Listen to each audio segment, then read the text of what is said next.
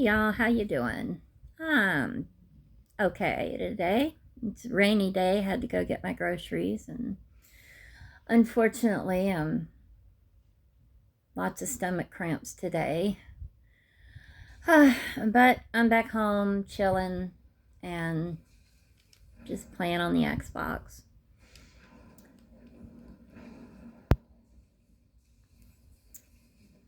I broke my back in '92. 30 years ago yesterday. Holy fuck, that's a long time. Since then, I have been in constant chronic pain.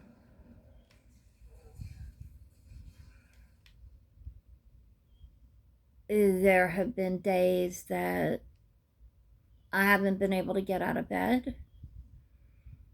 There are days I don't want to get out of bed. There are times I've had to crawl just to go to the bathroom. It, it, it is a daily struggle. The, the only thing that has really helped, I'm not going to say ease my pain, but it does mask the pain, is my spinal cord stimulator. That really has helped me a lot. My 3 surgeries for my back and neck that I've had, they have fixed the problem, but the pain is still there. It does not ease up at all. And the only time I'm ever out of pain is when I'm out under anesthetic. That's the only time I don't feel any pain. But as soon as I wake up, the pain starts back again. It's never ending. I've been on meds. I've tried acupressure, acupuncture. I've tried everything I can, and the medicines I'm on help, but that's just a temporary fix. And the stimulator is my best tool right now.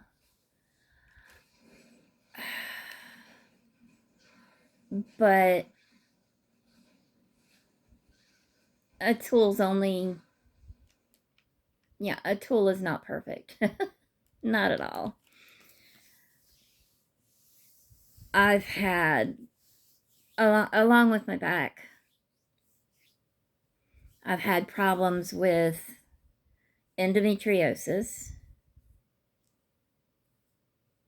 I've had issues with my feet. My big toes have both had surgeries on them. I've had gallbladder issues, which I had to have removed. I have Crohn's disease, which is a constant struggle. I've always had low blood pressure, which also has been a struggle.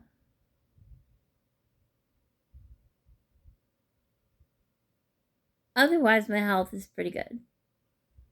I don't get colds very often. I sure don't get the flu. So,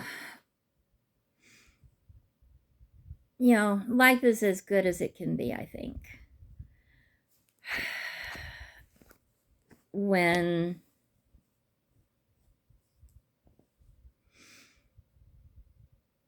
I had gallbladder issues, I didn't know what it was for a long time, because all I knew is I had acid reflux. I was throwing up all the time, had some pains. And my doctors at Virginia Beach couldn't figure out what the hell was going on. And I came out home here to visit and went to one of our family doctors, and he's the one that told me that I had gallstones and that I needed my gallbladder removed. Instead of having the surgery here, I did get a doctor out at the beach. And unfortunately, even though the surgery went okay, the healing did not. I ended up with an open wound in my belly for quite a while. And I have a hernia where my belly button is still, which my doctor that's going to do my reflux surgery is going to fix that soon. So that's pretty cool. Onyx, hush. Just hush, please. My cats are always quiet until I start talking on here or get on the phone. It drives me crazy sometimes.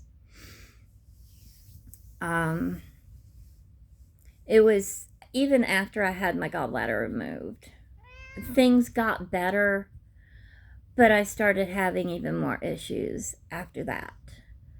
And it was the same way. I saw doctors galore out at the beach, and they never could figure out what was wrong, why I was throwing up, why I had pain. And then when I moved out here for good in 2010, I talked to my family doctor about it, and he sent me to a gastroenterologist.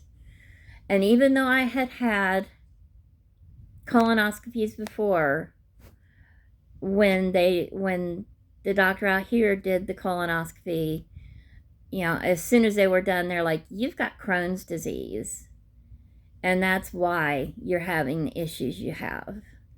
And I'm like, okay, well, good to know. You know, it was not something that came up overnight either. It's just the idiots at the beach didn't know what the fuck they were doing. I know, big shock. Big shock. So every time I've had an issue, it's always been the doctors out here that have been able to diagnose the problem so I could get on a course of treatment that was appropriate. Until recently. For a very long time, I have had an issue where it feels like on one of my heartbeats that I have an electrical pulse go through my entire body. This has been going on for over 20 years.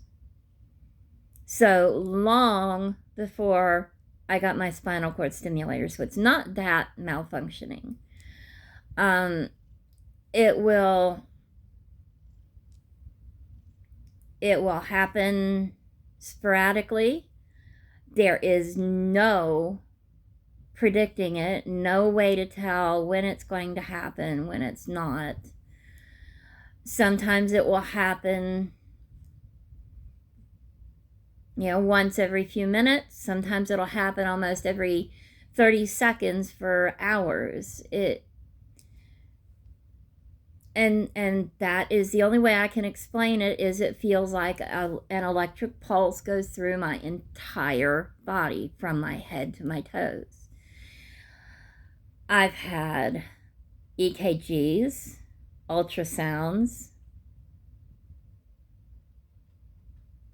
and I actually see a heart specialist out here, and even he doesn't know what the fuck this is.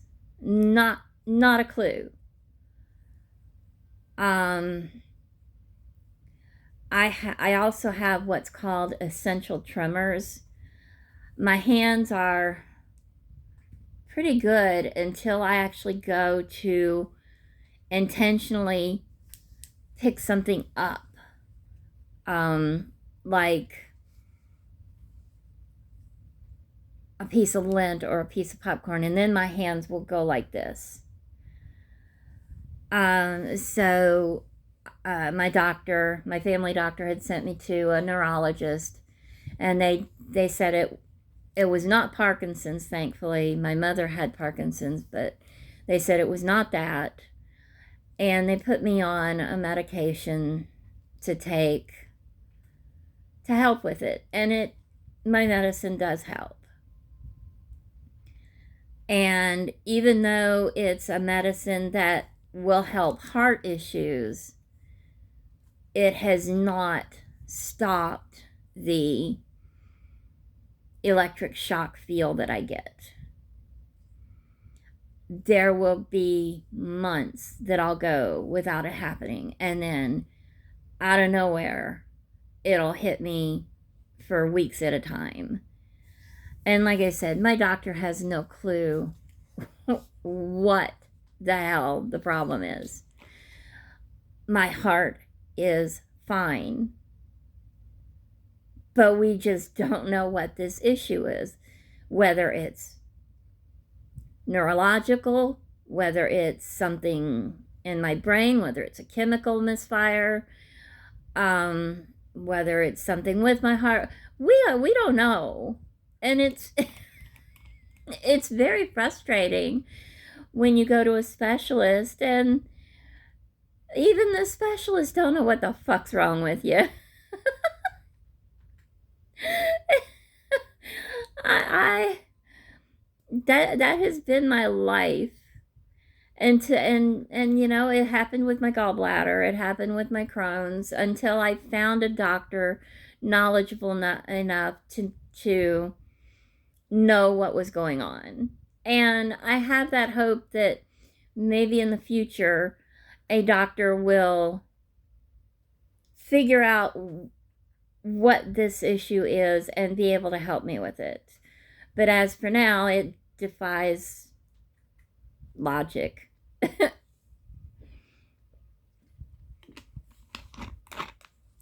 But even with all those issues, I still do my best to be kind to others, to smile and laugh every chance I get, and to be a role model for my kids and grandkids.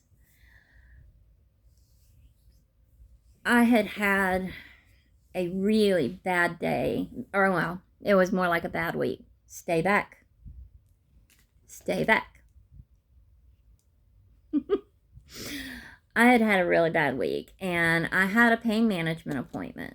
So I woke up that morning for my appointment. I had a migraine. I had gotten no sleep for the past 2 days, including that night. And I really felt miserable.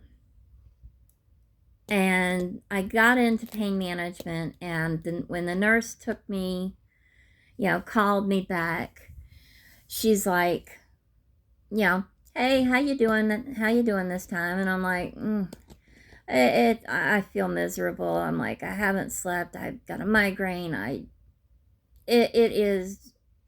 feel like shit.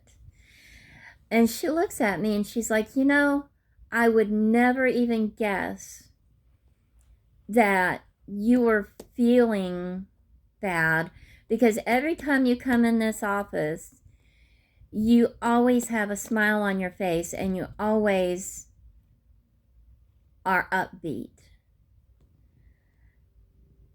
And I said, well, thank you. I appreciate that. I said, I'm in a lot of pain all the time, but I can be miserable at home. I can be angry and crying and just a grumpy bitch when I'm at home. But when I walk out my door, I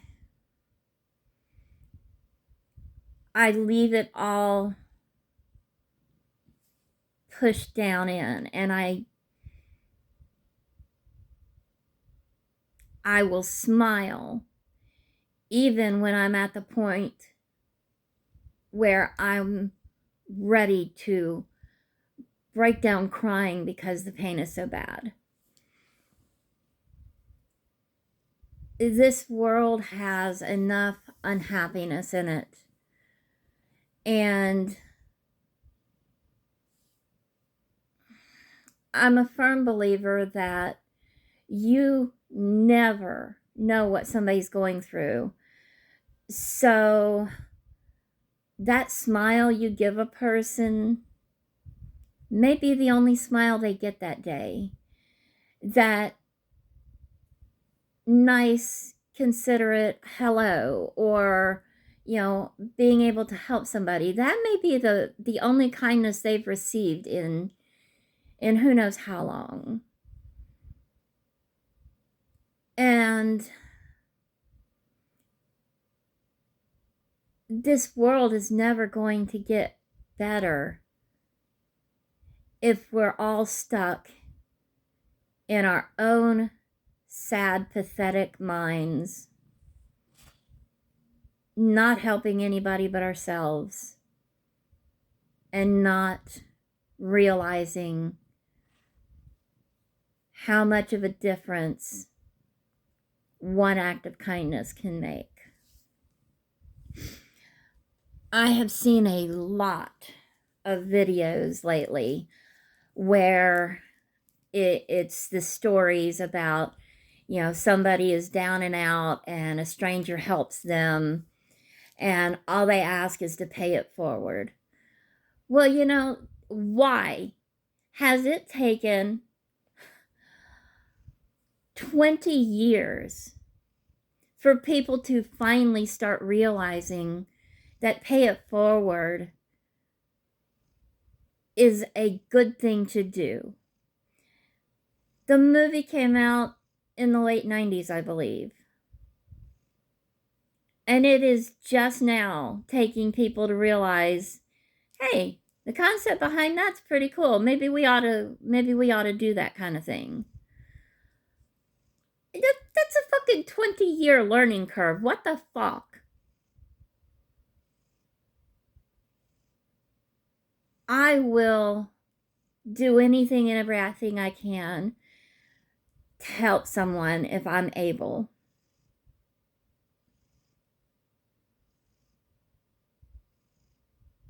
And I may not be able to do big things like in the movie Pay It Forward. But I do believe the small things can add up to much bigger. And that's how changes are made.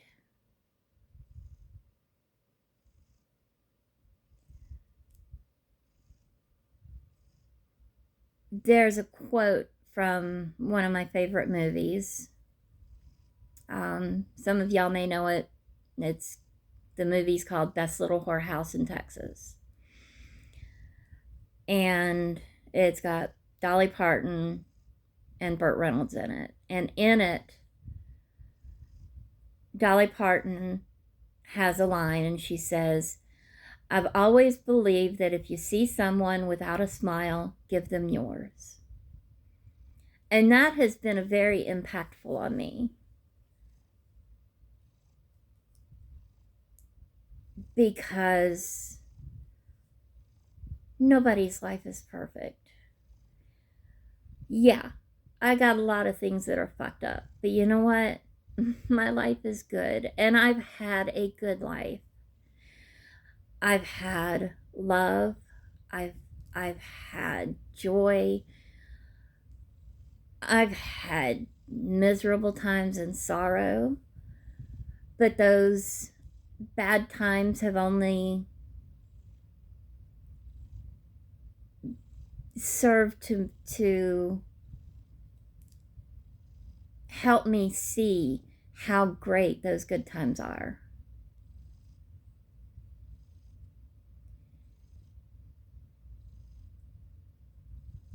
And to persevere. It may be raining today, it may be dark as hell outside, but the rain will stop and the sun will come out. And until the sun comes out, you can be that light. And I really try to be that for others. I've been through hell. I've lived a life that most Christians will tell you I'm going to hell for. But I'm also knowledgeable enough with some wisdom to be able to pass on what I've learned through those bad times and through the good times. And that, yeah, you may have years upon years where you are in pain and nobody knows what the fuck is wrong, but you will eventually find that one caregiver, that one doctor that will take the time and help you and say, let's figure out what this is no matter what it takes, and let's stop your pain. And until then, we have to support each other. I don't agree with a lot of views going on in this world, but I will guarantee you, even if I disagree with you, I will still treat you the absolute best I can. Because I don't have to agree with what you think or feel. I just want to respect you as a person. There's one saying that Christians love to do. They love to quote it, and it really pisses me off. Christians are always saying, well, I need to help save your soul. I'm telling you this so I can save your soul so you can go to heaven. You know what? It's nobody else's job to save my soul but me. I'm the only one that can save it or, quote unquote, damn it. I'm the only one that can control that.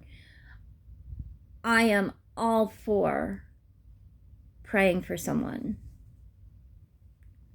Whether it's a, dear God, help this person, or, lighting some candles with some crystals and focusing your energy to send out healing energy to that person. That's great. But no one in this world can save someone except themselves.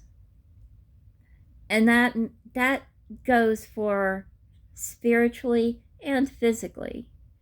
Because you can drag an addict into therapy, into rehab, into a good lifestyle, but you can't make them change. You cannot save them. They have to save themselves. They have to want it, and they have to know they have support, but they're the ones that have to do the work. And I don't believe in hell. It's a purely Christian construct. I believe in karma. We get what we give. I believe when we leave this world, we can choose to be reincarnated, or we can choose to take our consciousness and our energy to a higher plane. But that's just me. That's my beliefs.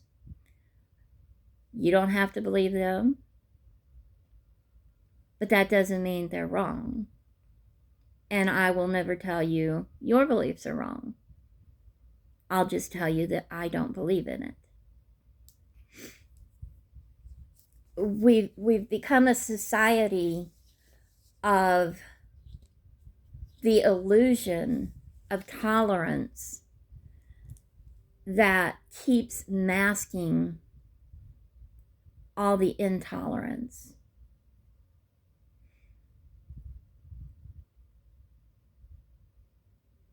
And I know for a fact things will get worse before they get better in this world.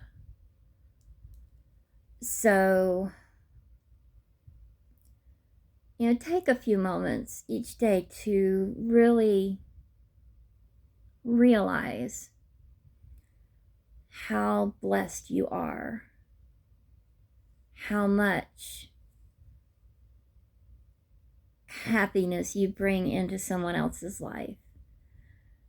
Because you may think no one loves you, but I guarantee you there's at least one person in this world who would be worse off if you were not here.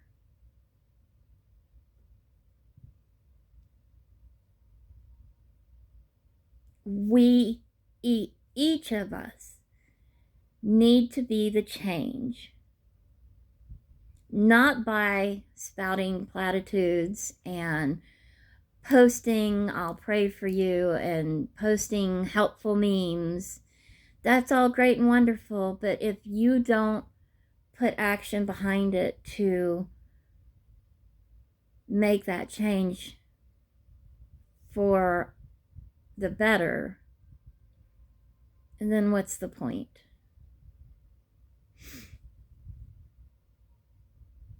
We all need to look at ourselves and say, and hold ourselves accountable for the wrong things we're doing, saying, and espousing. And then we need to realize we can do better as an individual. And as those individuals start doing better, that becomes a bigger and bigger and bigger change. And that's the only way we're going to survive this hell that's been created. It's gotten so out of control that it does feel helpless. But I've learned taking that one step, doing just one thing, starts to change things. Yeah, my house has been a disaster at times, and I've looked at it and I've gotten overwhelmed at how much there is to do. And then I realized that, okay, hey, if I just put away all my clothes today, and then the next day, hey, I did dishes or made my bed, those little things start to add up to a big change. And we need to do that for our communities and our society.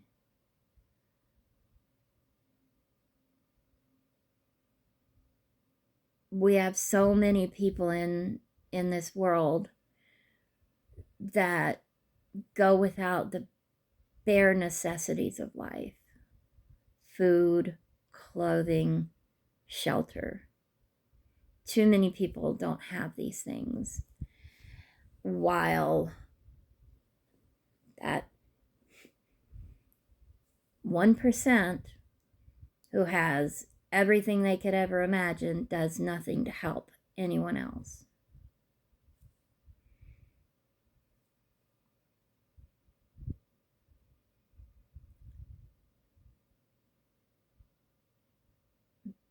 don't just talk about change, be the change. No matter what's going on in your life, you can help someone else. No matter how bad you feel, you can bring a smile or some light into someone else's life. And that's why I created this second YouTube channel of mine, because I want people to know that there is life after abuse. There is life after tragedy, and life can be good if you work hard to make it that way. And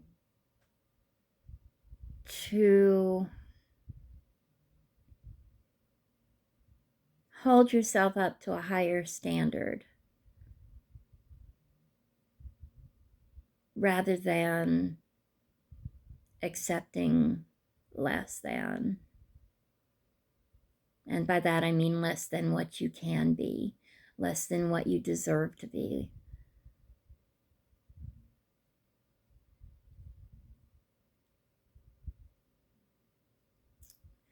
So I'm going to end this video now.